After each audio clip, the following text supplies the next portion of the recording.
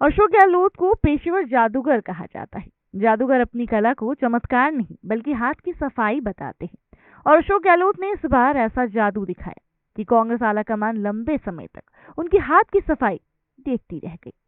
राजस्थान में मुख्यमंत्री अशोक गहलोत जब भी जयपुर से दिल्ली निकलते हैं, पहले ही उनका पूरा बंदोबस्त हुआ रहता है।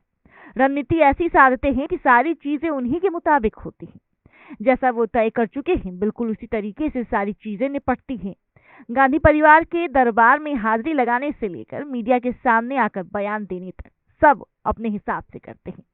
सबसे बड़ी बात यह है कि उन्हें मालूम है कि कौन सी बड़ी बात कहां, कैसे और कब बोलनी है और अपनी बात कैसे मनवानी है। ऐसे तौर तरीके अपनाते हैं कि उनकी बात कोई इनकार ही नहीं कर सकता। अपनी इसी कला के माध्यम से वो सचिन पायलट को नकारा, गद्दार और पीठ में छुरा भोंकने वाला साबित करते रहते हैं। अशोक गहलोत के खिलाफ लड़ाई में सचिन पायलट ने राहुल से जमानत तो मंजूर करा ली, लेकिन अशोक गहलोत ने उनके लिए राजस्थान में जो सियासी जेल बना रखा है, वहां से रिहाई होना बड़ा ही मुश्किल है। अब तो अशोक गहलोत ने ऐसी बाड़बंदी कर रखी है कि राजस्थान कांग्रेस में उनकी मर्जी के बगैर पत्ता भी नहीं हिलता। कहने को तो वो प्रेस कॉन्फ्रेंस में कहते हैं कि सचिन पायलट ने जितने भी टिकट मांगे थे सब क्लियर हो चुके हैं, लेकिन ये तो तब मालूम होगा जब कांग्रेस उम्मीदवारों की सूची सामने आएगी। अशोक गहलोत ने यह सवाल भी पूरी तरह से खत्म कर दिया कि चुनाव के बाद अगर कांग्रेस वापस से जीतती है तो मुख्यमंत्री कौन बनेगा। आमतौर पर विधानसभा चुनाव के दौरान किसी भी पार्टी में कोई बड़ा नेता किसी सार्वजनिक सभा या रैली में लोगों के बीच पार्टी के मुख्यमंत्री चेहरे की घोषणा करता है। जैसे 2017 और 2022 के पंजाब विधानसभा चुनावों में राहुल गांधी ने कांग्रेस के मुख्यमंत्री चेहरों की घोषणा की थी। 2017 में काफी दबाव के बाद कैप्टन अमरिंदर सिंह को चुना गया और 2022 में नवजोत सिंह सिद्धू के दबाव के बाद चरणजीत सिंह चन्नी का नाम निकलकर सामने आया।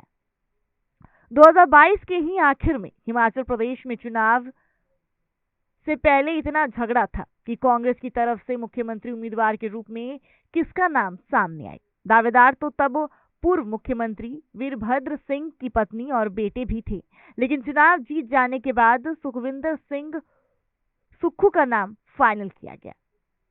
हुआ तो ऐसे ही 2018 के बाद विधानसभा चुनाव में भी था। चुनाव से पहले तो प्रदेश कांग्रेस अध्यक्ष होने के नाते हर कोई मानकर चल रहा था कि सचिन पायलट ही मुख्यमंत्री बनेंगे, लेकिन ऐन वक्त अशोक गहलोत ने गांधी परिवार पर ऐसा जादू चलाया कि एक झटके में ही दिल्ली से जयपुर पहुंचकर मुख्यमंत्री की कुर्सी पर अशोक गहलोत बैठ गए। इससे पहले अशोक गहलोत कांग्रेस में संगठन महामंत्री हुआ करते थे। राहुल गांधी भी भारत जोड़ो यात्रा के दौरान समानांतर ही कांग्रेस अध्यक्ष की भी चुनाव प्रक्रिया चल रही थी। सोनिया गांधी की पहली पसंद होने के कारण हर कोई मानकर चल रहा था कि अशोक गहलोत ही कांग्रेस के अध्यक्ष की कुर्सी संभालने वाले, लेकिन राजनीति की ऐसी बिसात बिछाई गई कि किसी के पास कोई चाल चलने के लिए बचा ही नहीं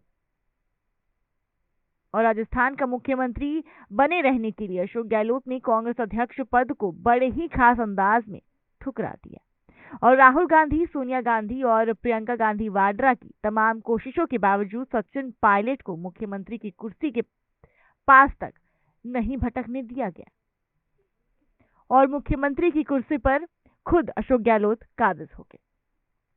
अब इस बार फिर से विधानसभा चुनाव होने वाले हैं और अशोक गहलोत ने बातों बातों में यह साफ कर दिया कि मुख्यमंत्री अगर कांग्रेस जीतती है तो मुख्यमंत्री का चेहरा वापस से अशोक गहलोत का ही होना है। अब इसमें देखना काफी दिलचस्प होगा कि सचिन पायलट क्या कुछ कहते नजर आते हैं।